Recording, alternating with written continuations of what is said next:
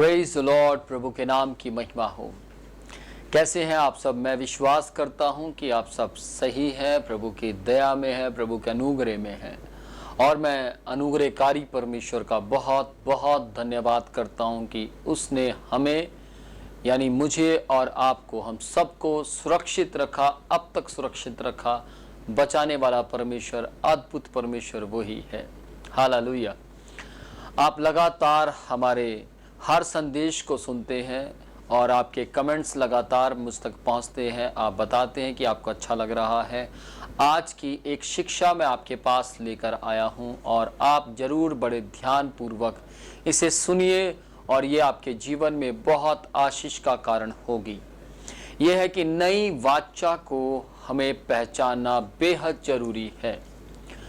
पौलुस जी के समय के जो यहूदी लोग थे वो अपनी धार्मिकता में जीवन व्यतीत करते थे, लेकिन हमें कौन सी धार्मिकता में जीवन व्यतीत करना है ये हमें जानने की बेहद जरूरी है। आइए हम पढ़ेंगे रोमियो 10वां अध्याय, उसकी 2 और 3 आयत।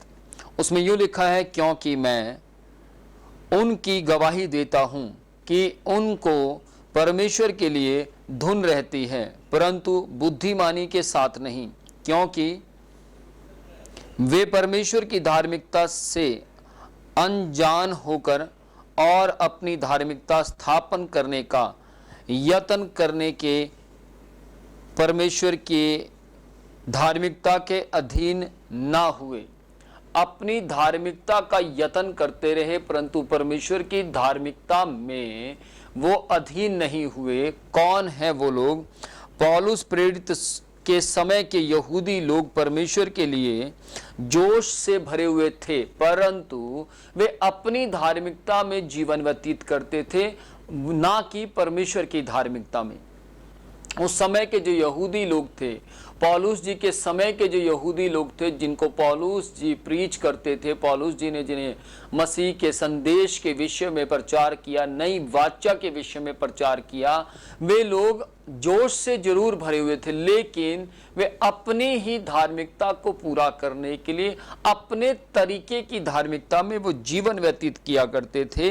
वो उस धार्मिकता में नहीं चलते थे जिस धार्मिकता के अंदर मसीह ने चलने के लिए कहा था। आगे वे क्या कहते इस बात को सुनेंगे। परंतु रोम की कलीसिया में एक समस्या रहती थी। रोम की जो कलीसिया थी उसके अंदर एक समस्या रहती थी। वो यही समस्या थी कि वे अपनी धार्मिकता में जीवन व्यतीत करते थे, वो परमेश्वर की धार्मिकता में जीवन व्यतीत नहीं करते थे। यहूदी लोग स्वयं की धार्मिकता में कार्य करते थे, वे परमेश्वर की धार्मिकता के लिए अपने आप को समर्पित नहीं करते थे। यही समस्या आज की कलीसिया में भी पाई जाती है।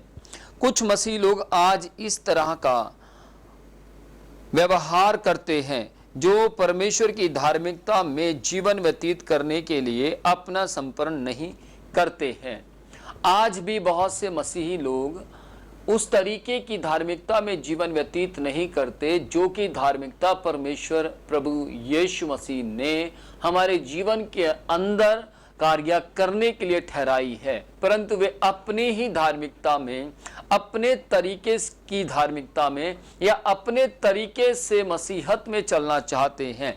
आज हम सीखेंगे कि हमें किस तरीके के मसीह बनने की जरूरत है जिसका परिणाम विनाशकारी होता है।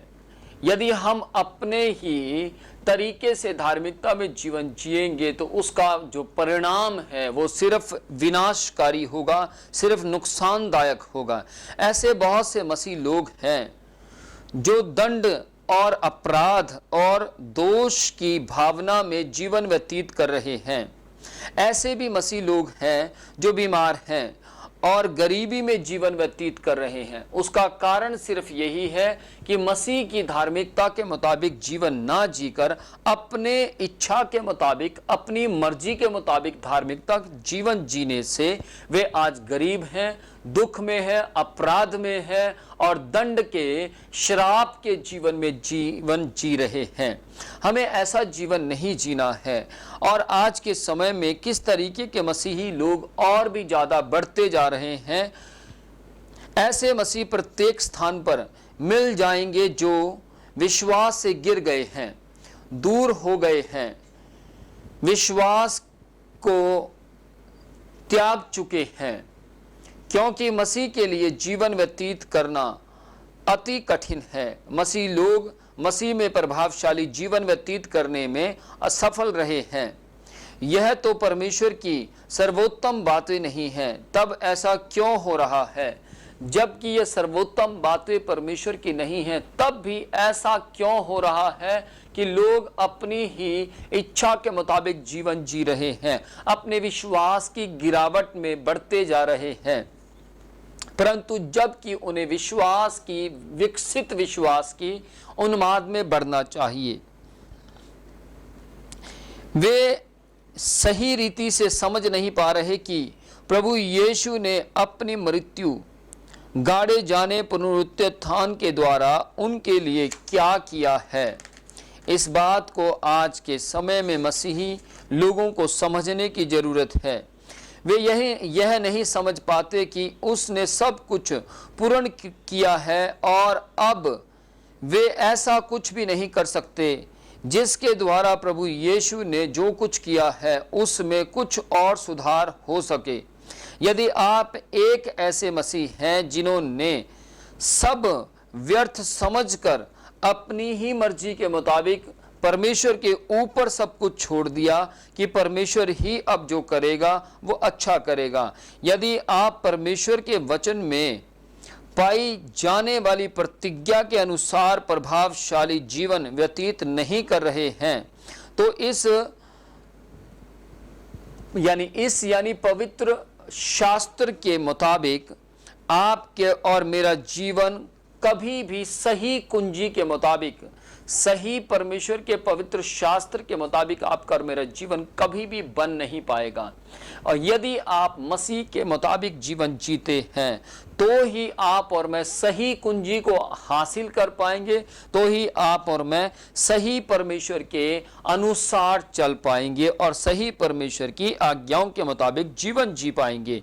यदि आप ऐसे मसीह हैं जो पुरानी प्रथाओं में फंस गए हैं और आपको जो बहुतायत के जीवन का वचन दिया गया है उसका अनुभव आप नहीं जी पा रहे हैं, उसका अनुभव आप नहीं प्राप्त कर पा रहे हैं, तो होने दीजिए कि यह पवित्र शास्त्र की बातें जो आपके आत्मिकता के लिए लिखी गई हैं, आत्मिकता की सामर्थ्य के लिए लिखी गई हैं, यदि आप आगे नहीं बढ़ पा रहे हैं या फिर आप अपना जीवन वैसा जी रहे हैं जो जैसा नहीं जीना चाहिए, यदि आप चाहते हैं कि परमेश्वर का वचन हमारे लिए लाभकारी हो तो आपको मसीह के वचनों के मुताबिक चलना जरूरी है। और यदि आप नहीं चल पा रहे हैं तो ये पवित्र शास्त्र के वचन आपके लिए लाभकारी नहीं होंगे। इसलिए नहीं होंगे क्योंकि आप अपने तरीके की धार्मिकता में जीवन व्यतीत कर रहे हैं।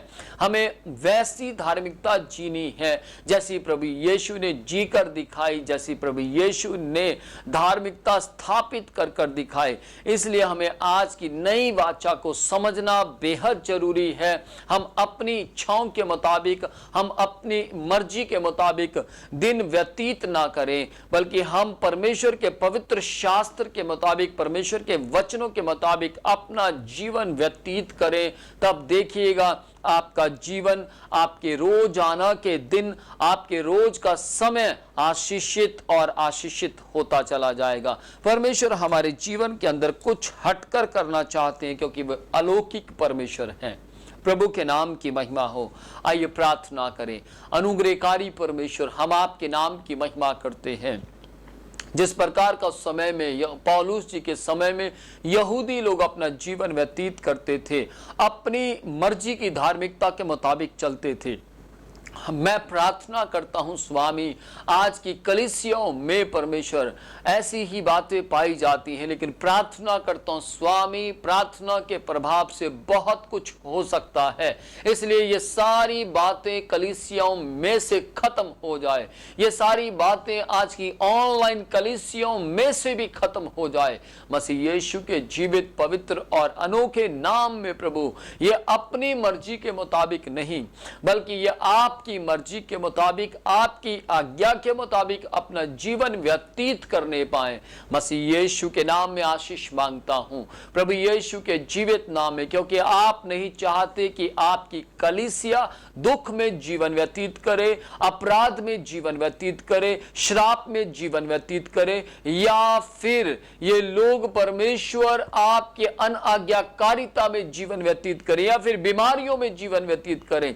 परंतु आप चाहते हैं कि ये सब लोग आपकी महिमा करते हुए, आपकी आज्ञा का पालन करते हुए और आपकी धार्मिकता में जीवन का श्वास लेते हुए आगे बढ़ने पाए। मसीह यीशु के नाम में इस प्रार्थना में आपने आशीष दी है और आप इस प्रार्थना के मुताबिक अपने लोगों को, अपनी कलीसियाओं को करने के लिए जा रहे हैं। धन्यवाद करते हैं। इस प्रार्थना को आपके पुत्र मसीह यीशु के जीवित, पवित्र और अनोखे नाम में मांग लेते हैं। आमीन और आमीन।